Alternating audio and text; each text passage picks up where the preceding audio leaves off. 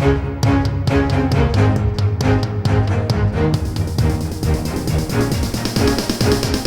is the Washington Times front page for Monday, July 26, 2021. Thanks for starting your week with us. I'm George Gerbo.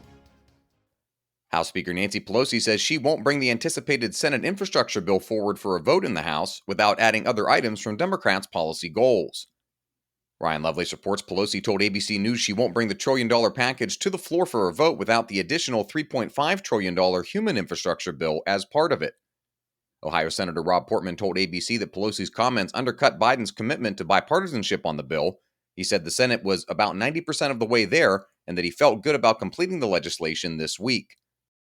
Pelosi has also moved to appoint Illinois Republican Congressman Adam Kinzinger to serve on the Select Committee investigating the January 6th Capitol riot after rejecting the GOP appointments of Indiana Congressman Jim Banks and Ohio Congressman Jim Jordan to the committee.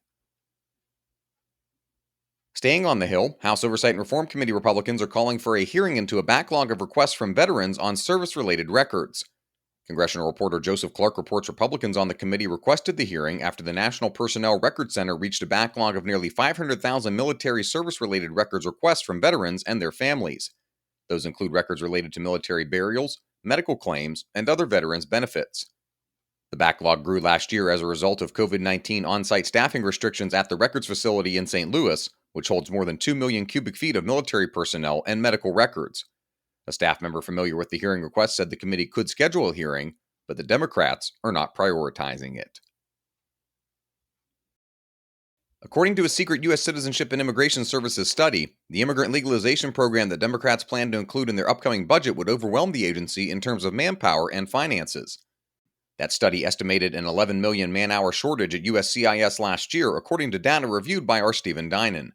Several past directors of the agency said it cannot handle a major amnesty right now, either the full legalization of an estimated 11 million illegal immigrants, or a relatively smaller legislation of dreamers, farm workers, and others that could cover more than 4 million people.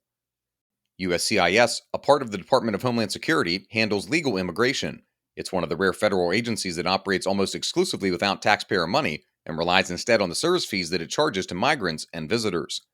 The agency didn't dispute the numbers from the study, and in a statement said it will do whatever Congress directs it to do. A reminder that you can find all these stories at WashingtonTimes.com/front page. Don't have access to the Times yet? Visit WashingtonTimes.com/George and get 25% off your annual subscription. In foreign affairs, the future of the U.S. war in Iraq will come into focus when President Biden meets with Iraqi Prime Minister Mustafa al-Kadhimi at the White House.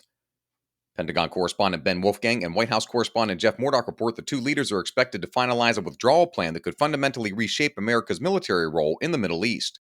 Al-Kadhimi told the Associated Press that he'll push the Biden administration to accelerate the withdrawal of the roughly 2,500 U.S. troops still in his country. Those forces have been in Iraq since 2014, when the U.S. founded a multinational coalition to battle the Islamic State. Biden will almost surely seek assurances that the Iraq government will crack down on Iran-backed Shiite militias that routinely carry out rocket attacks and low-level drone strikes against U.S. personnel in the Middle East. A new military role in Iraq would likely resemble the Biden administration's path in Afghanistan, where the U.S. has nearly finished withdrawing all of its 3,500 forces. And finally, religion reporter Mark Kellner looks at the use of hologram technology in preaching. One pastor that's using it is Samuel Rodriguez of New Season Church in Sacramento. It's allowed him to speak as a guest at a church in New Zealand this past year due to the pandemic. Rodriguez says it's a little restricting in that he has to remain stationary while preaching, but he's considering buying the technology for use between his church's two campuses in Sacramento and a suburb of Los Angeles. Find all of today's front page stories at WashingtonTimes.com/front page or on the Washington Times app, and subscribe for free to the Front Page podcast. Just search Washington Times on your favorite podcast platforms.